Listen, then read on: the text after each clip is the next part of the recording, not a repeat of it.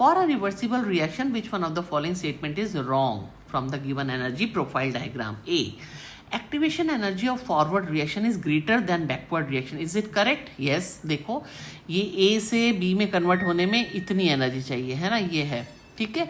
और बी से ए में कन्वर्ट होने के लिए बस इतनी एनर्जी चाहिए. तो नेचुरली ए की एनर्जी जो है वो activation energy for forward reaction is greater than backward reaction. बिल्कुल सही है, एकदम सही है. The forward reaction is endothermic. बिल्कुल सही है. क्यों?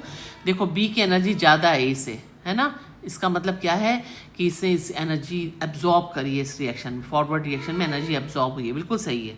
सी क्या है था? Threshold energy is less than that of activation energy. Can never be. Threshold energy कभी एक्टिवेशन एनर्जी से कम नहीं होती है. ये थ्रेशोल्ड एनर्जी है, यहाँ से ये जो यहाँ से लेके यहाँ तक ये थ्रेशोल्ड एनर्जी है. ये कभी भी कम नहीं होती है एक्टिवेशन एनर्जी से. ये क्या होती है threshold energy? It is the minimum amount of energy which the reactant molecules must possess for the effective collision in forming the products. Or activation energy, it is the excess energy required by the reactants to undergo chemical reaction. So activation energy is equal to threshold energy minus average kinetic energy of molecules, or threshold energy, activation energy plus average kinetic energy of reactant. ठीक है. यहाँ से यहाँ तक की क्या थी? Energy of reactants, average kinetic energy of reactant plus ये activation energy is equal to threshold energy. तो ये जो स्टेटमेंट है गलत है, ये मोर है, मोर.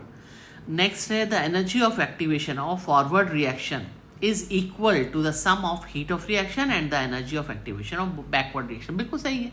ये यहाँ से यहाँ तक है ना, यहाँ से यहाँ तक ये क्या है? Heat of reaction. इतनी हीट एब्जॉर्ब हुई है इस रिएक्शन में. करेक्ट. तो ये भी सही है. तो